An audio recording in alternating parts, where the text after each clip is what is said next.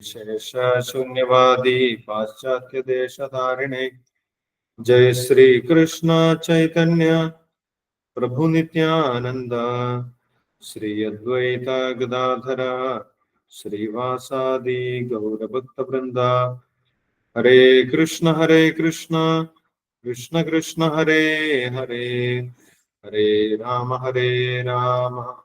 राम राम हरे हरे। ओम नमो भगवते वासुदेवाय। ओम नमो भगवते वासुदेवाय। ओम नमो भगवते वासुदेवाय। हरे कृष्ण। श्रीमद् भगवद गीता यथारूपम इस्कॉन സ്ഥാപകാചാര്യൻ കൃഷ്ണ കൃപാമൂർത്തി എസ് ഭക്തിവേദാന്ത സ്വാമി ശീല പ്രഭുപാദർ വിവർത്തനവും ഭാവാർത്ഥവും നൽകിയിട്ടുള്ള ഭഗവത്ഗീത യഥാരൂപമാണ് നമ്മൾ വായിക്കുന്നത്. ഇന്ന് നമ്മൾ വായിക്കാൻ പോകുന്നത് 17ാമത്തെ അധ്യായം ശ്രദ്ധാവിഭാഗങ്ങൾ. കഴിഞ്ഞ ദിവസം 16ാമത്തെ അധ്യായം നമ്മൾ വായിച്ച് തീർത്തിട്ടുണ്ടായിരുന്നു. ദേവാസുര ഭാവങ്ങൾ. ഭഗവാൻ ദൈവികമായിട്ടും ആസുരികമായിട്ടുമുള്ള സ്വഭാവങ്ങളെ കുറിച്ച് വിശദമായിട്ട് പറഞ്ഞു തന്നു. ദൈവിക സ്വഭാവമാണ് ഉയർച്ചയിലേക്ക് നമ്മളെ കൊണ്ടുപോകുന്നതെന്നും മോക്ഷത്തിലേക്ക് എത്തിക്കുന്നതെന്നും ആസുരിക സ്വഭാവം നമ്മളെ അവസാനം നരകീയ ലോകങ്ങളിലേക്ക് എത്തിക്കുന്നതാണെന്നും ആ ആസുരിക സ്വഭാവം നമ്മളിൽ എത്താൻ കാരണം കാമവും ക്രോധവും ലോഭവുമാണെന്നും ആ കാമക്രോധ ലോഭങ്ങൾ നമ്മൾ ഉപേക്ഷിക്കണമെന്നും ഭഗവാൻ പറഞ്ഞിട്ടുണ്ടായിരുന്നു. കാമക്രോധ ലോഭങ്ങൾ ഉപേക്ഷിച്ച് ശാസ്ത്രം അനുസരിച്ച് പ്രവർത്തിക്കണമെന്ന് അവസാനം ഭഗവാൻ പറഞ്ഞിട്ടുണ്ടായിരുന്നു. ശാസ്ത്രം അനുസരിക്കാതെ പ്രവർത്തിച്ചത് കൊണ്ട് നമ്മൾക്ക് ഈ ലോകത്തിലോ അല്ലെങ്കിൽ അടുത്ത ലോകത്തിലോ അടുത്ത ജന്മത്തിലോ ഒന്നും യാതൊരു ഗതിയും കിട്ടാൻ പോകുന്നില്ല. യാതൊരു സുഖമോ അല്ലെങ്കിൽ നമ്മൾക്ക് ഉയർച്ചയോ കിട്ടുന്നില്ല എന്ന് ഭഗവാൻ പറഞ്ഞിട്ടുണ്ടായിരുന്നു. യം ശാസ്ത്രവിധി ഉത്സൃജ്യ വർത്തതേ കാമകാരത നസസിദ്ധിം അവാപ്നോതി ന സുഖം ന പരാഗതി. ശാസ്ത്രത്തെ ശ്രദ്ധിക്കാതെ എന്താണ് വേദങ്ങളിൽ പറഞ്ഞത്, എന്താണ് ഭഗവാൻ പറയുന്നത് എന്ന് ശ്രദ്ധിക്കാതെ സ്വന്തം ഇഷ്ടപ്രകാരം ആചാരാനുഷ്ഠാനങ്ങൾ ആരാധനകൾ ചെയ്തതുകൊണ്ട് പ്രത്യേകിച്ച് പ്രയോജനമില്ല എന്നാണ് ഭഗവാൻ പറയുന്നത്. അതുകൊണ്ട് ശാസ്ത്രം അനുസരിച്ച് തന്നെ പ്രവർത്തിക്കാൻ ഭഗവാൻ അവസാനം നിർദ്ദേശിച്ചു. അതാണ് അവസാനത്തെ ശ്ലോകം. തസ്മാ ശാസ്ത്രം പ്രമാണത്തെ കാര്യാകാര്യ വ്യവസ്ഥിതോ ജ്ഞാത്വാ ശാസ്ത്രവിധാനോക്തം കർമ്മകർത്തും ഇഹാർഹസി.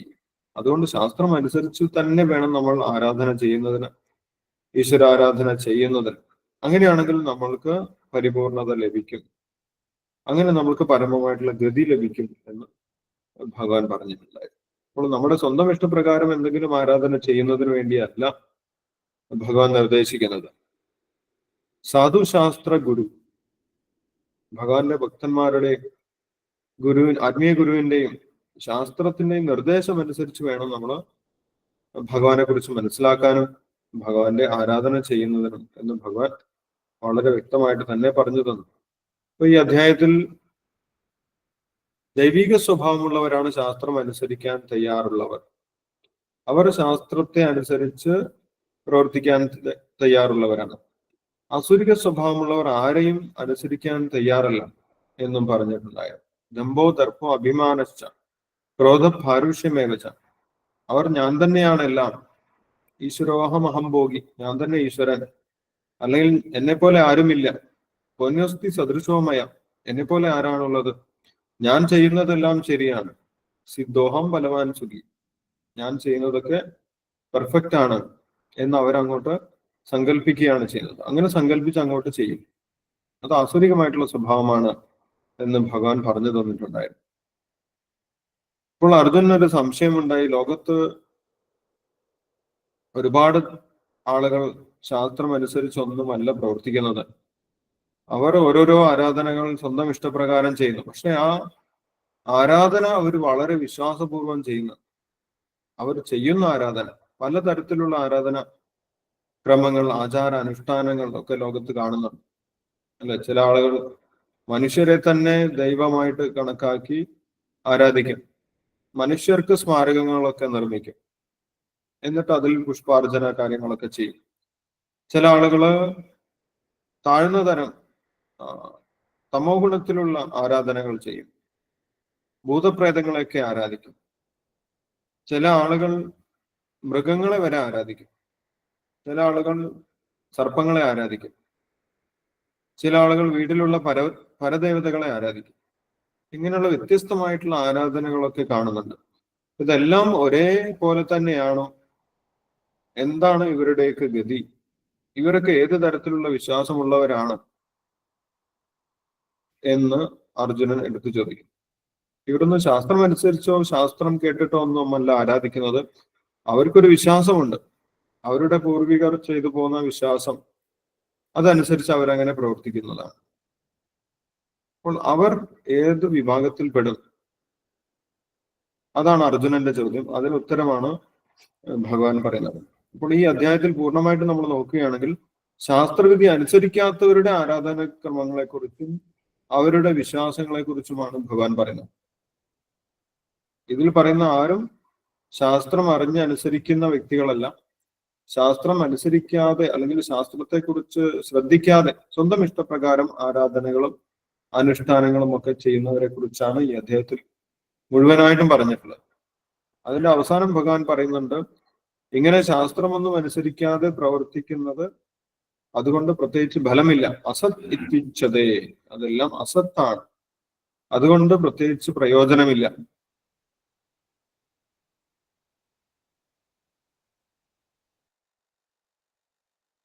എന്നും ഭഗവാൻ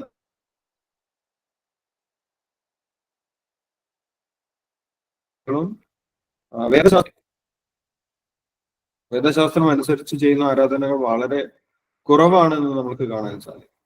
പക്ഷെ നമുക്ക് പരിപൂർണതയിൽ എത്തണമെങ്കിൽ, ഭഗവാനിലേക്ക് തിരിച്ചു പോകണമെങ്കിൽ തീർച്ചയായും നമ്മൾ ഭഗവാന്റെ വാക്കുകൾ കേട്ട് ശാസ്ത്രം അനുസരിച്ച് തന്നെ പ്രവർത്തിക്കണം. അത് നേരത്തെ ഭഗവാൻ 4-ാമത്തെ അധ്യായത്തിൽ പറഞ്ഞു തന്നിട്ടുണ്ടായിരുന്നു അല്ലെ? തദ്വിദ്ധി പ്രണിപാതേന പരിപ്രശ്നേന സേവയാം ഉപദേക്ഷന്തി തേ ജ്ഞാനം ജ്ഞാനിന തത്വദർശിന. ഗുരുപരമ്പരയിൽ നിന്ന് ഭഗവാനെ കുറിച്ച് അറിഞ്ഞ് ആരാധന ചെയ്യണമെന്നാണ് ഭഗവാൻ നിർദ്ദേശിക്കുന്നത്. അപ്പോൾ അങ്ങനെയുള്ള ആരാധനയും സാധാരണ സ്വന്തം ഇഷ്ടപ്രകാരം ചെയ്യുന്ന ആരാധനയും തമ്മിൽ വ്യത്യാസമുണ്ട് എന്നാണ് ഇവിടെ ഭഗവാൻ വ്യക്തമാക്കുന്നത്. അർജുനൻ ചോദിക്കുന്നു ഈ അധ്യായത്തിൽ, അധ്യായം 17 ശ്രദ്ധാവിഭാഗങ്ങൾ, ശ്ലോകം 1. അർജുന വാച യേ ശാസ്ത്രവിധിമുത്സൃജ്യ യജന്തേ ശ്രദ്ധയാന്വിതാഃ തേഷാം നിഷ്ഠാതു കാ കൃഷ്ണ സത്വമാഹോ രജസ്തമ. എന്താണ് അർജുനന്റെ ചോദ്യം? ശാസ്ത്രവിധികളെ ഒന്നും പിന്തുടരാതെ തങ്ങളുടെ സ്വന്തം ഭാവന അനുസരിച്ച് ആരാധന ചെയ്യുന്നവരുടെ സ്ഥിതി എന്താണ്? സത്വരജസ്തമോ ഗുണങ്ങളിൽ ഏതാണ് അവരിൽ കാണുന്നത്? സ്വന്തം ഇഷ്ടപ്രകാരം വിശ്വാസപൂർവം വളരെയധികം നിഷ്ഠയോടുകൂടി അവർ വലിയ വിശ്വാസത്തിൽ ആരാധനകളൊക്കെ ചെയ്യുന്നുണ്ട്. അവരുടെ ഗുണം എന്താണ്? അവരുടെ സ്ഥിതി എന്താണ് എന്നാണ് അർജുനൻ ചോദിക്കുന്നത്. അവരെവിടേക്കാണ് എത്തിച്ചേരുന്നത്? അവർ ഭഗവാനിലേക്ക് തിരിച്ചു പോകുന്നുണ്ടോ? എന്താണ് അവരുടെ അവസ്ഥ? അവരെ കുറിച്ച് എന്താണ് പറയാനുള്ളത് ഭഗവാൻ? നേരത്തെ ഭഗവാൻ പറഞ്ഞു ശാസ്ത്രം അനുസരിച്ച് തന്നെ പ്രവർത്തിക്കണമെന്ന് ഭഗവാൻ പറഞ്ഞു. അപ്പോൾ ശാസ്ത്രമൊന്നും അറിയാത്തവരുടെ അവസ്ഥ എന്താണ് എന്നാണ് അർജുനൻ ചോദിക്കുന്നത്. അതിന്റെ ഉത്തരമാണ് ഭഗവാൻ ഈ അധ്യായത്തിൽ മുഴുവനായിട്ടും പറയുന്നത്. അവരുടെ വിശ്വാസം, അവരുടെ വ്യത്യസ്തമായിട്ടുള്ള രീതികൾ, അവർ ചെയ്യുന്ന യജ്ഞങ്ങൾ, അവർ ചെയ്യുന്ന തപസ്സുകൾ, അവരുടെ ആഹാര രീതി, ഇതിനൊക്കെ പ്രത്യേകതയുണ്ട്. അതൊക്കെ നോക്കി നമ്മൾക്ക് അവരെ ഏത് വിഭാഗത്തിൽ പെടുന്നു എന്ന് തിരിച്ചറിയാൻ സാധിക്കും. അവരോട് ചോദിക്കേണ്ട ആവശ്യമില്ല, അവരുടെ പെരുമാറ്റം കണ്ടു കഴിഞ്ഞാൽ നമുക്ക് മനസ്സിലാക്കാൻ സാധിക്കും. അപ്പോൾ അത് ഭഗവാൻ ഈ അദ്ദേഹത്തിൽ വിശദമായിട്ട് പറയുന്നുണ്ട്. ശാസ്ത്രം അനുസരിക്കാത്തവരുടെ വ്യത്യസ്ത വിശ്വാസങ്ങളെ കുറിച്ചാണ് ഭഗവാൻ ഇവിടെ ഈ അധ്യായത്തിൽ പറയുന്നത്. അപ്പൊ നമുക്ക് ആദ്യത്തെ ശ്ലോകം വായിക്കാം. ആദ്യത്തെ ശ്ലോകത്തിന്റെ വിവർത്തനം ഭാവാർത്ഥം വായിച്ചതിന് ശേഷം നമുക്ക് ഡിസ്കസ് ചെയ്യാം. വായിക്കാം പ്രഭുജി. യെസ്, അജിത് പ്രഭുജി വായിച്ചു. ഓം നമോ ഭഗവതേ വാസുദേവായ. ഓം നമോ ഭഗവതേ വാസുദേവായ. ഓം നമോ ഭഗവതേ വാസുദേവായ. അധ്യായം 17 ശ്രദ്ധാവിഭാഗങ്ങൾ. അർജുന ഉവാച യേ ശാസ്ത്രവിധിമുത്സൃജ്യ യജന്തേ ശ്രദ്ധയാന്വിതാഃ തേഷാം നിഷ്ഠാതു കാ കൃഷ്ണ തത്വമാഹോരജസ്തമ. വിവർത്തനം. അർജുനൻ ചോദിച്ചു, അല്ലയോ കൃഷ്ണ, ശാസ്ത്രവിധികളെ ഒന്നും പിന്തുടരാതെ തങ്ങളുടെ സ്വന്തം ഭാവനയനുസരിച്ച് ആരാധന ചെയ്യുന്നവരുടെ സ്ഥിതി എന്താണ്? സത്വരജസ്തമോ ഗുണങ്ങളിൽ ഏതാണ് അവരിൽ കാണുന്നത്? ഭാവാർത്ഥം ശ്രീല പ്രഭുപാൽ. പൂർണ്ണ വിശ്വാസത്തോടെ ഏതെങ്കിലും ഒരു ആരാധനാക്രമം അനുസരിച്ച് പോരുന്നവർ ജ്ഞാനിയുടെ നിലയിലേക്ക് ഉയരുകയും ക്രമേണ ശാന്തിയുടെയും ക്ഷേമത്തിന്റെയും പരിപൂർണതയിലെത്തുകയും ചെയ്യുമെന്ന് 4-ാം അധ്യായത്തിലെ 39-ാം ശ്ലോകത്തിൽ പറഞ്ഞിട്ടുണ്ട്. 16-ാം അധ്യായത്തിലാകട്ടെ വേദശാസ്ത്ര വിഹിതങ്ങളായ പ്രമാണങ്ങളെ പിന്തുടരാത്തവനെ അസുരനെന്നും വേദപ്രമാണങ്ങൾ വിശ്വാസത്തോടെ അനുസരിക്കുന്നവനെ ദേവനെന്നും പ്രഖ്യാപിക്കുന്നു. അപ്പോൾ ശാസ്ത്രോക്തങ്ങളല്ലാത്ത ചില നിബന്ധനകളെ സശ്രദ്ധം അനുസരിക്കുന്നവരുടെ നില എന്താണ്? കൃഷ്ണനും അർജുനന്റെ ഈ സംശയം തീർക്കേണ്ടിയിരിക്കുന്നു. ഒരു മനുഷ്യനെ ഈശ്വരഭാവേന സങ്കല്പിച്ച് വിശ്വസിച്ച് പോരുന്നവരിൽ സത്വഗുണമോ രജസോ തമസോ ഏതാണ് മുന്നിൽ നിൽക്കുന്നത്? അവർക്ക് ജീവിതത്തിൽ പരിപൂർണത നേടാൻ കഴിയുമോ? യഥാർത്ഥ ജ്ഞാനികളായി പരമോന്നതിയിലെത്താനാവുമോ? വേദശാസ്ത്ര നിയമങ്ങൾ അനുസരിക്കുന്നില്ലെങ്കിലും ഏതെങ്കിലും ഒന്നിൽ വിശ്വാസമുറപ്പിച്ച് ഈശ്വരന്മാരെയോ മനുഷ്യരെയോ ദേവന്മാരെയോ ഉപാസിച്ചു പോകുന്നവരുടെ പ്രയത്നത്തിന് സാഫല്യമുണ്ടോ എന്നിങ്ങനെ അർജുനൻ ചോദിക്കുന്നു. ഹരേ കൃഷ്ണ പ്രഭുജി. ഹരേ കൃഷ്ണ. Thank U Ajith പ്രഭുജി. ഹരേ കൃഷ്ണ. അപ്പോൾ അർജുനൻ ചോദിക്കുന്നത്, വേദങ്ങളിൽ എന്താണ് ഈശ്വരനെ കുറിച്ച് പറഞ്ഞിരിക്കുന്നത് എന്നൊന്നും ചിന്തിക്കാതെ, അതൊന്നും ശ്രദ്ധിക്കാതെ സ്വന്തം ഇഷ്ടപ്രകാരം വ്യത്യസ്തമായിട്ടുള്ള ആരാധനകൾ വളരെ വിശ്വാസപൂർവ്വം, വളരെ നിഷ്ഠയോടുകൂടി, ശ്രദ്ധയോടുകൂടി ചെയ്യുന്നവരുടെ അവസ്ഥ എന്താണ്? എന്താണ് അവരുടെ നിലവാരം? അവരേത് തരത്തിലുള്ള ആരാധനയാണ് ചെയ്യുന്നത്? അവരുടെ ഗതി എന്താണ്? അവരെങ്ങോട്ടാണ് പോകുന്നത്? അവർക്ക് പരിപൂർണത നേടാൻ സാധിക്കുന്നുണ്ടോ? അവർക്ക് മോക്ഷം നേടാൻ സാധിക്കുന്നുണ്ടോ? അവർക്ക് ഭഗവാനിലേക്ക് എത്തിച്ചേരാൻ സാധിക്കുന്നുണ്ടോ എന്നാണ് അർജുനൻ ചോദിക്കുന്നത്. ഞാൻ ചോദിക്കാൻ കാരണം, കഴിഞ്ഞ അധ്യായത്തിൽ ഭഗവാൻ പറഞ്ഞിട്ടുണ്ടായിരുന്നു, അസുരികമായിട്ടുള്ള വ്യക്തികൾ ഒരിക്കലും ശാസ്ത്രം അനുസരിക്കുന്നില്ല. ശാസ്ത്രമൊക്കെ സത്യമല്ല എന്നാണ് അവർ വിചാരിക്കുന്നത്. അസത്യം അപ്രതിഹതം ജഗതാഹു അനീശ്വരം എന്ന് പറയുന്നു. പക്ഷെ അവര് വ്യത്യസ്തമായിട്ടുള്ള യജ്ഞങ്ങളും ആചാരങ്ങളും ഒക്കെ ചെയ്യുമെന്നും പറയുന്നു. യജന്തേ നാമയജ്ഞേസ്തേ ദമ്പേന അവിധിപൂർവകം. അവര് വഴിപാടുകൾ ചെയ്യും, ദാനം ചെയ്യും, യജ്ഞങ്ങളൊക്കെ ചെയ്യും, ആചാരങ്ങളും അനുഷ്ഠാനങ്ങളൊക്കെ ചെയ്യും, അസുരന്മാരും ചെയ്യും. പക്ഷെ അത് ശാസ്ത്രം വിധിയെ അനുസരിക്കാതെയാണ്, അവിധിപൂർവകം. അപ്പോൾ അങ്ങനെയുള്ളവരുടെ അവസ്ഥ എന്താണ് എന്നാണ് അർജുനൻ ചോദിക്കുന്നത്. അങ്ങനെ എത്ര തരം വിശ്വാസമുണ്ട്? ലോകത്തിൽ പലതരത്തിലുള്ള വിശ്വാസമുണ്ട്, പല ആരാധനാ രീതികളുണ്ട്, പല ആചാര അനുഷ്ഠാനങ്ങളുമുണ്ട്. അതെല്ലാം ഭഗവാൻ അതേപടി സ്വീകരിക്കുന്നുണ്ടോ? അതെല്ലാം ഭഗവാൻ അംഗീകരിക്കുന്നതാണോ എന്നാണ് അർജുനൻ ചോദിക്കുന്നത്. അപ്പോൾ അതിന് മറുപടിയാണ് ഈ അധ്യായത്തിൽ ഭഗവാൻ വിശദമായിട്ട് നമുക്ക് പറഞ്ഞു തരുന്നത്. അപ്പോൾ അടുത്ത ശ്ലോകത്തിൽ, 2-ാമത്തെ ശ്ലോകത്തിൽ ഭഗവാൻ ചുരുക്കി പറയുന്നുണ്ട് അവരുടെ മുഴുവൻ വിശ്വാസത്തെ, ശാസ്ത്രവിധിയൊന്നും അനുസരിക്കാത്തവരുടെ വിശ്വാസങ്ങളെ ഭഗവാൻ ചുരുക്കി 3 വിഭജിക്കുന്നു. നമ്മൾ നോക്കുന്ന സമയത്ത് 100 കണക്കിന് വിശ്വാസങ്ങളും 100 കണക്കിന് ആരാധനാ രീതികളൊക്കെ ഉള്ളതായിട്ട് കാണാൻ സാധിക്കും. പക്ഷെ അതിനെ എല്ലാം ചുരുക്കി ഭഗവാൻ 3 പറഞ്ഞു തരുന്നത്. അത് നമുക്ക് നോക്കാം. 2-ാമത്തെ ശ്ലോകം ഭഗവാൻ മറുപടി പറയുന്നു.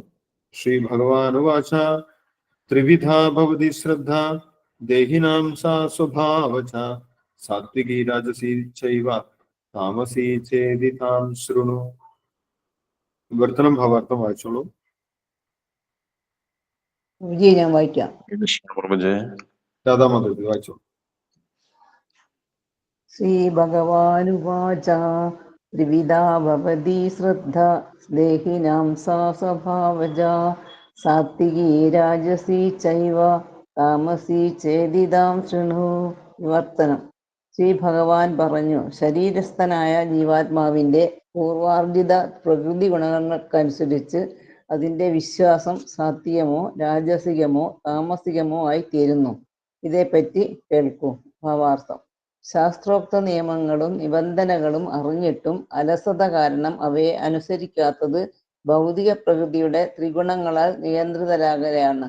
സത്വരജസ്തമോ ഗുണങ്ങളിലുള്ള തങ്ങളുടെ പൂർവകർമ്മങ്ങളനുസരിച്ച് ഒരു പ്രത്യേക ഗുണത്തോടു കൂടിയ സ്വഭാവം അവർക്ക് കിട്ടും. ജീവാത്മാവിന് പ്രകൃതിയുടെ വ്യത്യസ്ത ഗുണങ്ങളോടുള്ള സമ്പർക്കം ഇടതടവില്ലാതെ തുടർന്നു വരുന്ന ഒന്നാണ്. ഇങ്ങനെ ഭൗതിക പ്രകൃതിയുമായി ബന്ധപ്പെട്ടിരിക്കുന്നതുകൊണ്ട് ഭൗതിക ഗുണങ്ങളുമായുള്ള സംസർഗത്തിനനുസരിച്ച് വിവിധ രീതിയിലുള്ള മനോഭാവങ്ങൾ ജീവാത്മാവിനുണ്ടാകുന്നു. വിശ്വാസ്യനായ ഒരു ആധ്യാത്മിക ഗുരുവുമായി ബന്ധപ്പെട്ട് അദ്ദേഹത്തിൻ്റെ നിബന്ധനകൾക്കും ശാസ്ത്ര പ്രമാണങ്ങൾക്കും അനുസരിച്ച് ജീവിച്ചാൽ ഈ സ്വഭാവം മാറ്റാൻ സാധിക്കും. ക്രമേണ രജസിൽ നിന്നോ തമോ ഗുണത്തിൽ നിന്നോ സാത്വികതയിലേക്ക് വരാം. പ്രകൃതിയുടെ ഒരു പ്രത്യേക ഗുണത്തിലുള്ള അന്ധവിശ്വാസം കൊണ്ട് ആർക്കും പരിപൂർണത നേടാൻ കഴിയില്ലെന്നർത്ഥം. വിശ്വാസ്യനായ ഒരു ആധ്യാത്മിക ഗുരുവുമായി സഹവസിച്ച് സശ്രദ്ധമായും ഉയർന്ന ഗുണത്തിലേക്ക് സ്വയം ഉയർത്തപ്പെടാം. ഹരേ കൃഷ്ണ. ഹരേ കൃഷ്ണ. Thank you Radhamataji. ഹരേ കൃഷ്ണ. അപ്പോൾ വിശ്വാസം രൂപം കൊള്ളുന്നത് എങ്ങനെയാണ് എന്ന് ഭഗവാൻ ഇവിടെ പറയുന്നു.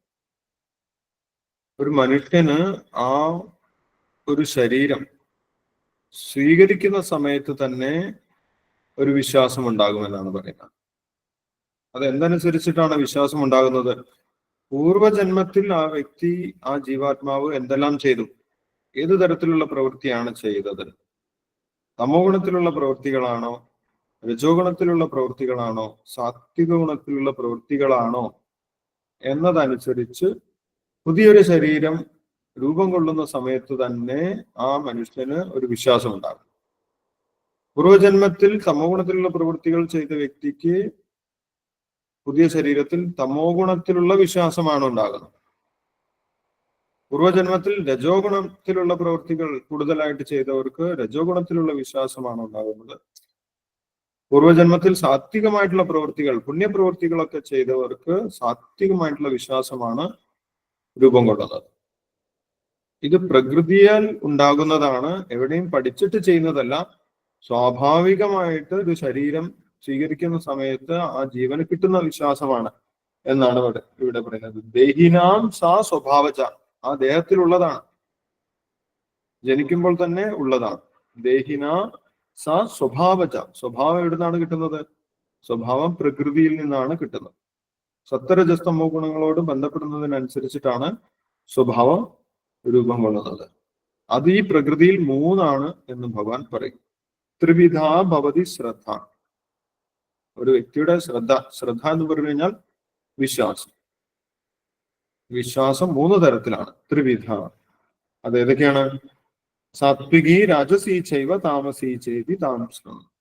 ഒന്നുകിൽ സാത്വികമായിട്ടുള്ള വിശ്വാസമായിരിക്കാം, അല്ലെങ്കിൽ രാജസികമായിട്ടുള്ള വിശ്വാസമായിരിക്കാം, അതുമല്ലെങ്കിൽ തമോ ഗുണത്തിലുള്ള വിശ്വാസമായിരിക്കാം. അത് എവിടുന്നാണ് രൂപം കൊള്ളുന്നത്? ആ ശരീരം രൂപം കൊള്ളുമ്പോൾ തന്നെ കിട്ടുന്നതാണ്. ദേഹിനാം സാ സ്വഭാവജ. ആരും പഠിപ്പിച്ചു കൊടുത്തിട്ട് മനസ്സിലാക്കിയതല്ല, ആ ശരീരത്തിലുള്ള വിശ്വാസമാണ്. അതൊരു സോഫ്റ്റ്വെയർ ആണ്, അല്ലെ? ശരീരം രൂപം കൊള്ളുമ്പോൾ തന്നെ അതിലുള്ള ഇൻബിൽട്ട് ആയിട്ടുള്ള വിശ്വാസമാണ്. ശരീരം നിർമ്മിക്കുമ്പോൾ തന്നെ അതിലൊരു വിശ്വാസം ഉണ്ടാകും. പൂർവജന്മ കർമ്മം അനുസരിച്ച് ഒരു വിശ്വാസം ഉണ്ടാകും എന്നാണ് പറയുന്നത്. അത് സത്വഗുണത്തിലുള്ള വിശ്വാസമോ രജോ ഗുണത്തിലുള്ള വിശ്വാസമോ തമോ ഗുണത്തിലുള്ള വിശ്വാസമോ ആയിരിക്കാം. ഇത് ആരെ കുറിച്ചാണ് പറയുന്നത്?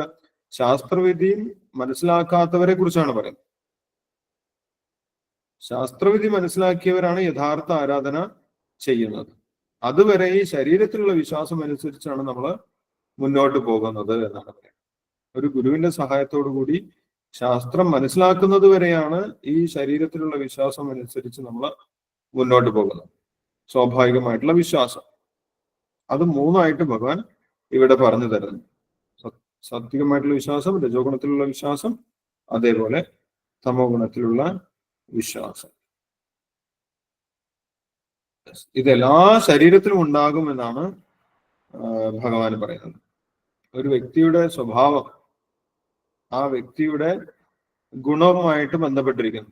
ഏത് ഗുണവുമായിട്ട് നമ്മൾ കൂടുതൽ പ്രവർത്തിക്കുന്നു, ഏത് ഗുണവുമായിട്ട് നമ്മൾ സംഘത്തിൽ വരുന്നു, അതിനനുസരിച്ചിട്ടാണ് ഒരു വ്യക്തിയുടെ ഇഷ്ടാനിഷ്ടങ്ങൾ, അതേപോലെ വിശ്വാസം, അതുപോലെ സ്വഭാവം, ആഹാര രീതി, ഇതൊക്കെ ഏത് ഗുണവുമായിട്ട് ഒരു വ്യക്തി ബന്ധപ്പെടുന്നു എന്നതിനനുസരിച്ചാണ് എന്നാണ് അടുത്ത ശ്ലോകത്തിൽ ഭഗവാൻ പറയുന്നത്. അപ്പൊ നമ്മുടെ സ്വഭാവം, നമ്മുടെ ഇഷ്ടാനിഷ്ടങ്ങൾ, നമ്മുടെ വിശ്വാസം, ഇതെല്ലാം ഗുണവുമായിട്ട് ബന്ധപ്പെട്ടാണ് ഇരിക്കുന്നത്. ഗുണം മാറിക്കഴിഞ്ഞാൽ നമ്മുടെ വിശ്വാസം, നമ്മുടെ ഇഷ്ടാനിഷ്ടങ്ങൾ, നമ്മുടെ സ്വഭാവ രീതികൾ, ഇതൊക്കെ മാറും. ആ ഒരു കാര്യം അടുത്ത ശ്ലോകത്തിൽ ഭഗവാൻ പറയുന്നുണ്ട്.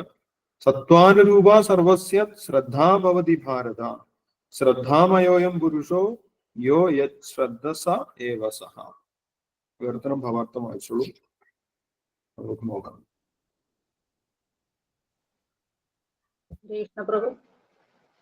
സഞ്ജീവനി മാതാജി വായിച്ചോളൂ. ഓം നമോ ഭഗവതേ വാസുദേവായ. സത്വാനുരൂപ സർവസ്യ ശ്രദ്ധാ ഭവതി ഭാരത, ശ്രദ്ധാമയോയം പുരുഷോ യോ യശ്രദ്ധ സ ഏവ സ. വിവർത്തനം ഭാവാർത്ഥം സ്വാമി ഭക്തിവേദാന്ത സ്വാമി ശ്രീലപ്രഭാർപ്പിച്ചേ. വ്യത്യസ്തമായ പ്രകൃതി ഗുണങ്ങളിൽ സ്ഥിതി ചെയ്യുന്നതിനനുസരിച്ച് അല്ലയോ ഭാരത ശ്രേഷ്ഠ, ഓരോ വ്യക്തിയും ഓരോ തരത്തിലുള്ള വിശ്വാസത്തെ വളർത്തിയെടുക്കുന്നു.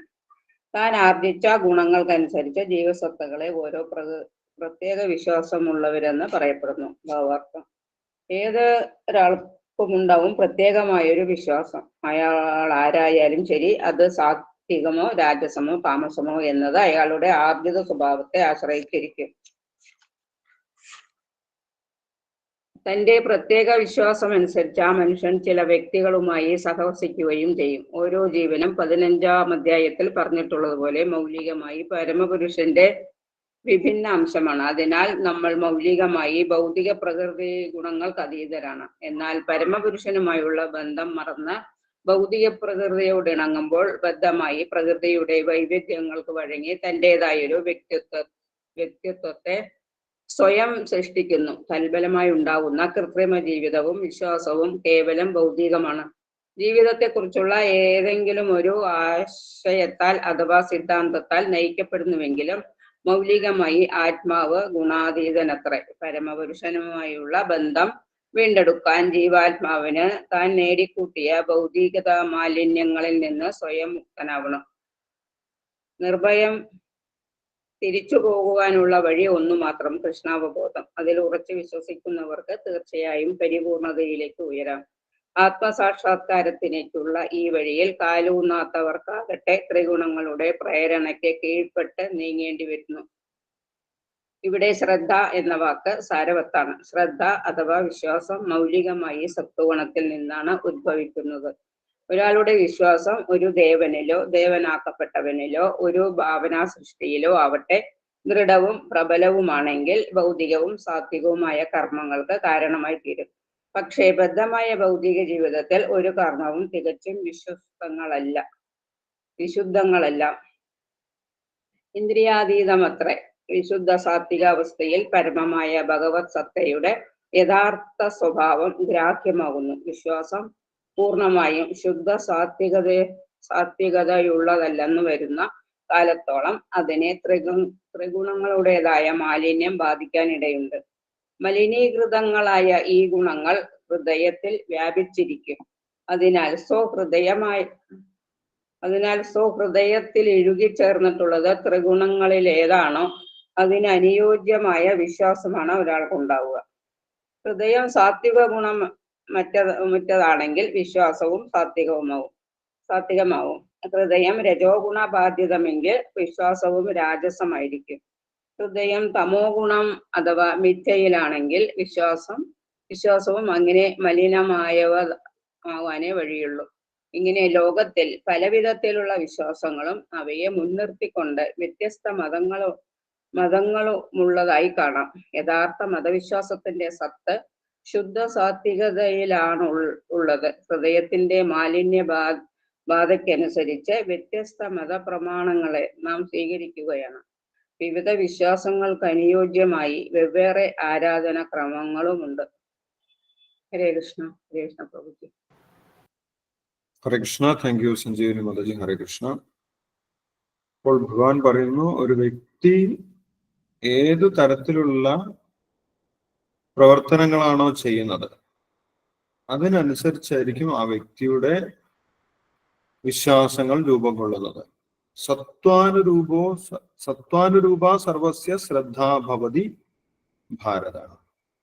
ഒരു വ്യക്തിയുടെ നിലനിൽപ്പ് എന്ന് പറയുന്നത് ഒരു വ്യക്തി ഏത് ഗുണവുമായിട്ട് കൂടിച്ചേരുന്നു അതിനനുസരിച്ചിട്ടാണ് ഒരു വ്യക്തിയിൽ വിശ്വാസങ്ങൾ രൂപം കൊള്ളുന്നത്. ഇത് നേരത്തെ തന്നെ ഭഗവാൻ 13ാമത്തെ അധ്യായത്തിൽ നമുക്ക് പറഞ്ഞു തന്നിട്ടുണ്ടായി. ഉയർന്ന തരത്തിലുള്ളതും താഴ്ന്ന തരത്തിലുമായിട്ടുള്ള വ്യത്യസ്ത ശരീരങ്ങൾ നമ്മൾക്ക് ലഭിക്കുന്നത് അതിന്റെ കാരണം എന്താണ് എന്നും ഭഗവാൻ പറഞ്ഞിട്ടുണ്ടായി. എന്താണ് പറഞ്ഞത്? കാരണം ഗുണസങ്കോസ്യ സത് അസദ്യോനി ജന്മസു. ഒരു വ്യക്തിക്ക് ഉയർന്ന തരം ശരീരം കിട്ടുന്നതിനും താഴ്ന്ന തരം ശരീരം കിട്ടുന്നതിനുള്ള കാരണം എന്താണ്? ഗുണസംഗമാണ്. ഏത് ഗുണത്തിനോട് ചേരുന്നു എന്നതിനനുസരിച്ചാണ് ഉയർന്നതും താഴ്ന്നതുമായിട്ടുള്ള വ്യത്യസ്തമായിട്ടുള്ള ശരീരങ്ങൾ കിട്ടുന്നത് എന്ന് ഭഗവാൻ പറഞ്ഞിട്ടുണ്ട്. അപ്പോൾ ഓരോ തരത്തിലുള്ള ശരീരത്തിലും വിശ്വാസവും വ്യത്യസ്തമായിരിക്കും.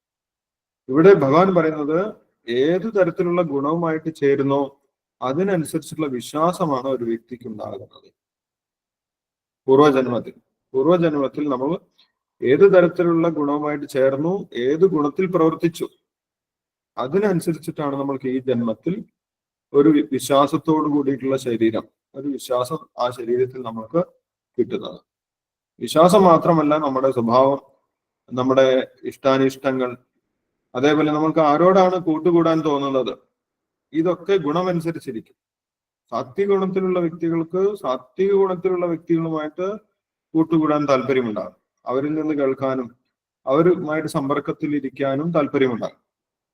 രജോഗുണത്തിലുള്ളവർക്ക് രജോഗുണത്തിലുള്ളവരുമായിട്ടാണ് സമ്പർക്കം ഉണ്ടാകുന്നത്. തമോ ഗുണത്തിലുള്ളവർക്ക് ഇഷ്ടപ്പെടുന്നത് തമോ ഗുണത്തിലുള്ളവരുമായിട്ടുള്ള കൂട്ടുകെട്ടാണ്. അതുകൊണ്ടാണ് ചില ആളുകളുമായിട്ട് നമ്മൾ സംസാരിക്കുന്ന സമയത്ത് നമ്മൾക്ക് അവരുടെ ആ സ്വഭാവ പ്രകൃതി നമ്മൾക്ക് ഇഷ്ടപ്പെട്ടു എന്ന് വരില്ല. ചില ആളുകളുമായിട്ട് ഇടപഴകുന്ന സമയത്ത് നമ്മൾക്ക് അവരുടെ ആ സ്വഭാവ പ്രകൃതി നമ്മൾക്ക് ഇഷ്ടപ്പെടും. അതെന്തുകൊണ്ടാണ്? നമ്മുടെ സ്വഭാവമായിട്ട് യോജിക്കുന്നതാണെങ്കിൽ നമ്മൾക്ക് ഇഷ്ടപ്പെടും. നമ്മൾ രജോ ഗുണത്തിലാണെങ്കിൽ രജോഗുണത്തിലുള്ള ഒരു വ്യക്തിയുടെ സ്വഭാവം നമ്മൾക്ക് ഇഷ്ടപ്പെടും. അയാൾ നല്ല ആളാണെന്ന് പറയും. പിന്നെ നമ്മൾ അയാളുമായിട്ട് സമ്പർക്കത്തിലിരിക്കും. അവരെ നമ്മളെ ഫ്രണ്ട്സ് ആക്കി വെക്കും. അവരിൽ നിന്ന് ഉപദേശങ്ങളൊക്കെ സ്വീകരിക്കും. അപ്പം ഇതെല്ലാം തീരുമാനിക്കുന്നത് അൾട്ടിമേറ്റ് ആയിട്ട് ആരാണ്? നമ്മുടെ ഉള്ളിലുള്ള ഗുണമാണ് എന്നാണ് പറയുന്നത്. നമ്മൾ തമോ ഗുണത്തിലാണെങ്കിൽ നമ്മുടെ ഇഷ്ടപ്പെടുന്ന സ്വഭാവവും നമ്മുടെ പ്രവൃത്തികളും നമ്മുടെ ഇഷ്ടാനിഷ്ടങ്ങളും നമ്മുടെ സ്വഭാവവും നമ്മുടെ വിശ്വാസം ഇതൊക്കെ തമോ ഗുണവുമായിട്ട് ബന്ധപ്പെട്ടതായിരിക്കും. നമ്മൾ രജോ ഗുണത്തിലാണെങ്കിൽ അതേപോലെ തന്നെ നമ്മൾ ഇഷ്ടപ്പെടുന്ന ആചാരാനുഷ്ഠാനങ്ങൾ പോലും ഗുണവുമായിട്ട് ബന്ധപ്പെട്ടിരിക്കും. നമ്മൾ തമോ ഗുണത്തിലുള്ളവരാണെങ്കിൽ നമ്മൾക്ക് ഇഷ്ടപ്പെടുന്ന ആചാരാനുഷ്ഠാനങ്ങൾ തമോ ഗുണത്തിലുള്ള ആചാരങ്ങളും അനുഷ്ഠാനങ്ങളും. നമ്മൾ രജോ ഗുണത്തിലാണെങ്കിൽ നമ്മൾക്ക് ഇഷ്ടപ്പെടുന്ന ആചാരവും അനുഷ്ഠാനവും രജോ ഗുണത്തിലുള്ളതായിരിക്കും. സാത്വിക ഗുണത്തിലാണെങ്കിൽ സാത്വികമായിട്ടുള്ള ആചാരാനുഷ്ഠാനങ്ങളാണ് നമ്മൾക്ക് ഇഷ്ടപ്പെടുക, നമ്മൾ അനുസരിക്കുക. അപ്പൊ ഇതെല്ലാം ഗുണവുമായിട്ട് ബന്ധപ്പെട്ടതാണ് എന്നിവിടെ പറയുന്നത്. ആ ഗുണത്തിൽ നിന്നാണ് വിശ്വാസം ഉണ്ടാകുന്നത്. വിശ്വാസത്തിനനുസരിച്ചിട്ടാണ് നമ്മൾ ബാക്കി എല്ലാ കാര്യങ്ങളും പ്രവർത്തിക്കുന്നത്. ഗുണങ്ങൾക്ക് വലിയ സ്വാധീനമുണ്ട് നമ്മുടെ സ്വഭാവത്തിൽ, നമ്മുടെ വിശ്വാസത്തിൽ, നമ്മുടെ ഇഷ്ടാനിഷ്ടങ്ങളിൽ എന്നാണ് ഇവിടെ നമുക്ക് മനസ്സിലാക്കാൻ സാധിക്കുന്നത്. ഗുണങ്ങളാണ് നമ്മളെ നിയന്ത്രിക്കുന്നത്. രജോ ഗുണവും തമോ ഗുണവും സാത്വിക ഗുണവും നമ്മൾ അറിയാതെ നമ്മളെ നിയന്ത്രിക്കുന്നുണ്ട്. നമ്മുടെ സ്വഭാവം രൂപീകരിക്കുന്നതിൽ അതിന് വലിയൊരു പങ്കുണ്ട്. ആ ഗുണത്തെ നമ്മൾക്ക് മാറ്റാൻ സാധിക്കുകയാണെങ്കിൽ നമ്മുടെ വിശ്വാസവും മാറും, നമ്മുടെ സ്വഭാവം മാറും, നമ്മുടെ ഇഷ്ടാനിഷ്ടങ്ങളെല്ലാം മാറും. ഗുണത്തിൽ നിന്നാണ് ഇതെല്ലാം ഉണ്ടാകുന്നത് എന്നാണ് ഭഗവാൻ ഇവിടെ പറഞ്ഞു തരുന്നു. ഇനി അതിന്റെ ബാഹ്യലക്ഷണങ്ങളെ കുറിച്ചാണ് പറയുന്നത്. നമ്മൾക്ക് എങ്ങനെ മനസ്സിലാക്കാൻ സാധിക്കും നമ്മൾ ഏത് ഗുണത്തിലാണ് ഇരിക്കുന്നത് എന്ന് നമ്മുടെ സ്വന്തം പ്രവൃത്തികൾ നിരീക്ഷിച്ചു കഴിഞ്ഞാൽ നമ്മൾക്ക് മനസ്സിലാക്കാൻ സാധിക്കും നമ്മൾ ഏത് ഗുണവുമായിട്ട് ബന്ധപ്പെട്ടാണ് ഇരിക്കുന്നത് എന്ന് നമുക്ക് മനസ്സിലാക്കാൻ സാധിക്കും. അപ്പോൾ യഥാർത്ഥത്തിൽ ഈ ഗുണങ്ങളിൽ തന്നെ ഇരുന്നു കഴിഞ്ഞാൽ നമ്മൾക്ക് പൂർണ്ണത ലഭിക്കുന്നില്ല എന്നാണ് ശീല പ്രഭാതർ വിശദീകരിച്ച് പറഞ്ഞു തരുന്നത്. ഇതിൽ നിന്നും പുറത്തു കിടക്കണം, അപ്പോഴേ നമ്മൾക്ക് പൂർണ്ണത ലഭിക്കുന്നുള്ളൂ. പൂർണ്ണത ലഭിക്കുന്നുള്ളൂ എന്ന് പറഞ്ഞു കഴിഞ്ഞാൽ ഈ ഭൗതിക പ്രകൃതിയിൽ നിന്നും മുക്തി ലഭിക്കുന്നുള്ളൂ. ഭഗവാന്റെ അടുത്തേക്ക് തിരിച്ചു പോകണമെങ്കിൽ നമ്മൾ ഈ 3 ഗുണങ്ങളിൽ നിന്നും രക്ഷപ്പെടണം. കാരണം ഈ 3 ഗുണങ്ങളും ശാസ്ത്രവിധി അനുസരിച്ച് പ്രവർത്തിക്കുന്നവരുടെ വിശ്വാസമല്ല. ഇത് നേരത്തെ ഭഗവാൻ പറഞ്ഞിട്ടുണ്ട്, ത്രൈഗുണ്യ വിഷയാവേദ നിസ്ത്രൈഗുണ്യോ ഭവാർജുന. നമ്മൾ ഈ ത്രിഗുണങ്ങളിൽ നിന്ന് ഉയർന്നു വരണം. അതേപോലെ ഈ ഭൗതിക ലോകം തലതിരിഞ്ഞ ഒരു വൃക്ഷം പോലെയാണ്, അതിനെ നീ ഛേദിക്കണം എന്നും ഭഗവാൻ പറഞ്ഞിട്ടുണ്ടായിരുന്നു. അപ്പോൾ നമ്മുടെ സ്വാഭാവികമായിട്ട് നമ്മുടെ ഉള്ളിലുള്ള വിശ്വാസം അനുസരിച്ച് മുന്നോട്ട് പോയത് കൊണ്ട് മാത്രം നമ്മൾ പൂർണ്ണതയിൽ എത്തുന്നില്ല. നമ്മുടെ ഉള്ളിലുള്ള വിശ്വാസം ശരിയാണോ തെറ്റാണോ എന്ന് ശാസ്ത്രം അനുസരിച്ച് നമ്മൾ ഒന്ന് ക്രോസ് ചെക്ക് ചെയ്യണം.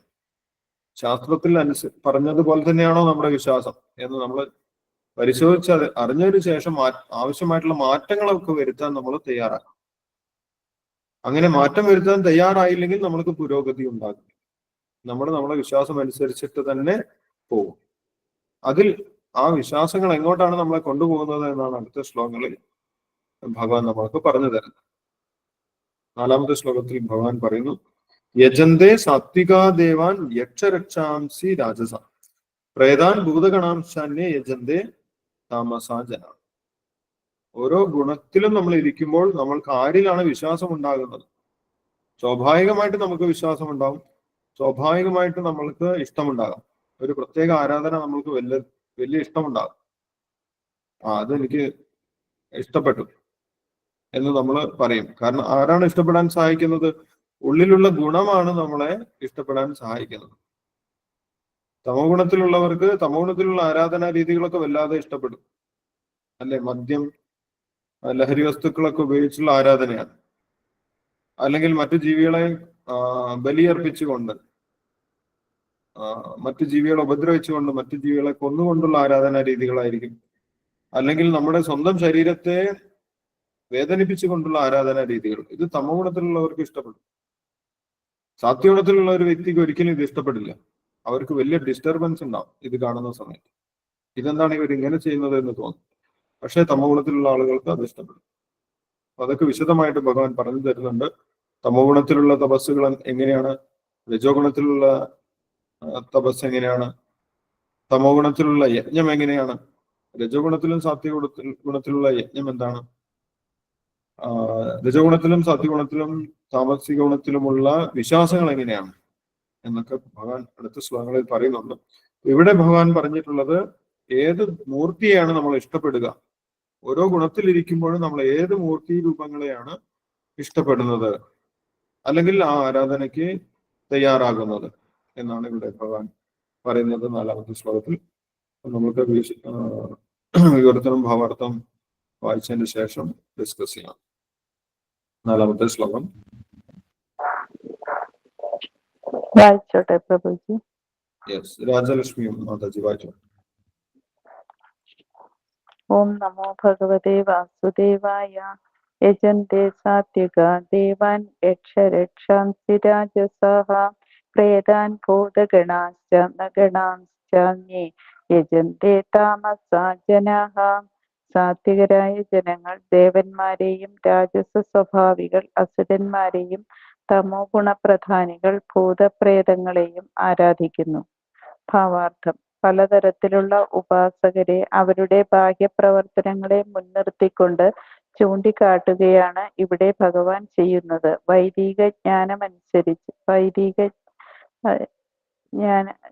വൈദികാജ്ഞയനുസരിച്ച് പരമപുരുഷനായ ഭഗവാൻ മാത്രമാണ് ആരാധ്യൻ. എന്നാൽ വൈദിക ജ്ഞാനങ്ങളുമായി ഇടപെടാത്തവരും അവയിൽ വിശ്വസിക്കാത്തവരും താന്താങ്ങളുടെ ഭൗതിക ഗുണങ്ങൾക്കനുസരിച്ച് മറ്റു പലതിനെയും ആരാധിക്കുന്നു. സത്വഗുണാവസ്ഥയിലുള്ളവർ സാമാന്യേന ദേവന്മാരുടെ ആരാധകരാണ്.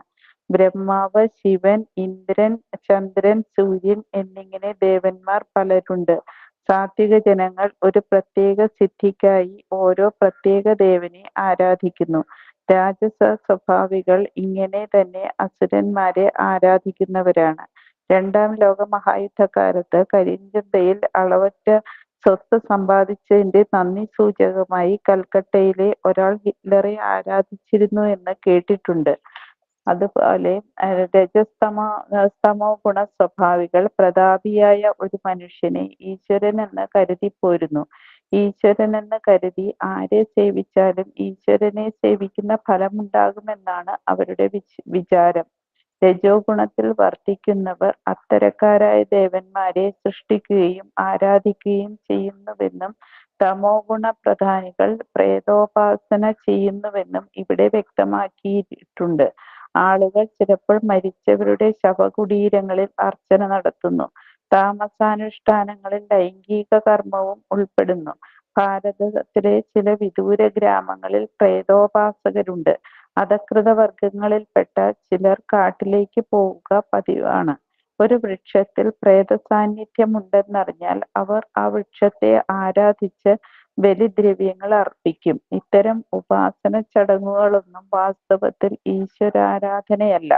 ആധ്യാത്മിക ശുദ്ധ സാത്വികർക്ക് വേണ്ടി മാത്രമുള്ളതാണ് ഈശ്വരാരാധന. സത്വം വിശുദ്ധം വസുദേവ ശബ്ദിതം എന്ന് ശ്രീമദ് ഭാഗവതം 4:3-23. വിശുദ്ധ സത്വാവസ്ഥയിലുള്ളയാൾ വാസുദേവനെ ആരാധിക്കുന്നു. ഭൗതിക പ്രകൃതികളിൽ നിന്ന് തികച്ചും മുക്തി നേടിയ അതീന്ദ്രിയ ഭാവമാർന്നവനെ പരമപുരുഷനെ ആരാധിക്കാൻ കഴിയൂ എന്നർത്ഥം. വ്യക്തിശൂന്യവാദികളും സത്വഗുണസ്ഥിതരുമായിരിക്കേണ്ടതാണ്. അവർ പഞ്ചോപാസകരാണ്, 5 ദേവതകളെ ആരാധിക്കുന്നവർ. അവർ ഭൗതിക ലോകത്തിൽ സൈദ്ധാന്തിക വിഷ്ണുവെന്നറിയപ്പെടുന്ന അരൂപിയായ വിഷ്ണുമൂർത്തിയെയാണ് ആരാധിക്കുന്നത്. പരമദിവ്യോത്തമ പുരുഷന്റെ രൂപവിസ്തരണമാണ് വിഷ്ണു. പക്ഷേ അവ്യക്തിഗതവാദികൾ ഭഗവാനിൽ ആത്യന്തികമായി വിശ്വസിക്കാത്തതുകൊണ്ട് ഈ വിഷ്ണുരൂപം വ്യക്തിശൂന്യ ബ്രഹ്മത്തിന്റെ മറ്റൊരു ഭാവം മാത്രമെന്ന് അനുമാനിക്കുന്നു. ബ്രഹ്മാവ് രജോ ഗുണത്തിന്റെ വ്യക്തിശൂന്യ ഭാവമാണെന്ന് അവർ സങ്കല്പിക്കുന്നു. അങ്ങനെ അവർക്ക് ആരാധ്യരായിട്ട് 5 ദേവതാ മൂർത്തികളുണ്ട്. എന്നാൽ യഥാർത്ഥ തത്വം വ്യക്തിശൂന്യ ബ്രഹ്മം മാത്രമാണെന്ന വിശ്വാസത്തിൽ എല്ലാ ആരാധനാമൂർത്തികളെയും അവസാന ഘട്ടത്തിൽ ഉപേക്ഷിക്കുകയാണ് പതിവ്. ചുരുക്കത്തിൽ ആധ്യാത്മികോത്കർഷം നേടിയവരുടെ സഹവാസത്താൽ ഒരാൾക്ക് ഭൗതികമായ ത്രിഗുണങ്ങളെ ശുദ്ധീകരിക്കാം. ഹരേ കൃഷ്ണ പ്രഭുജി. ഹരേ കൃഷ്ണ. ഹരേ കൃഷ്ണ. Thank you Rajalakshmi Mataji. ഹരേ കൃഷ്ണ.